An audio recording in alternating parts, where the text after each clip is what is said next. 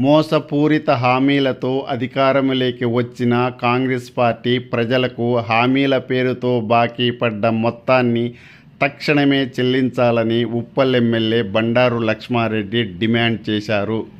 నియోజకవర్గం పరిధిలోని మల్లాపూర్ డివిజన్లో ఇంటింటికి తిరిగి బాకీ కార్డులను పంపిణీ చేశారు.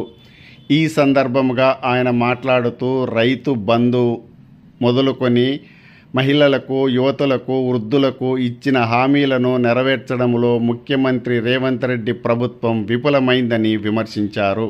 కళ్యాణ లక్ష్మి, షాదీ ముబారక్ పథకాలకు తులం బంగారు ఎప్పుడు ఇస్తావని ముఖ్యమంత్రి రేవంత్ రెడ్డిని ఆయన ప్రశ్నించారు.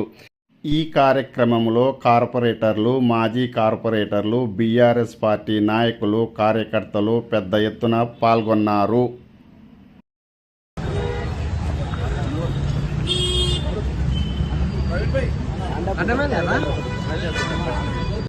మనకు బాకీ కార్డు మేము అన్ని చెప్పించడం ఏంటంటే కాంగ్రెస్ గవర్నమెంట్ ఏదైతే ప్రామిసులు చేసిందో అది ఇయ్యనందుకు ఈ కార్డు తయారు చేసి అందరికి ఇస్తున్నాం. వాళ్ళు ఏ రకంగా మాకు ఫ్రాడ్ చేసిరు అనేది.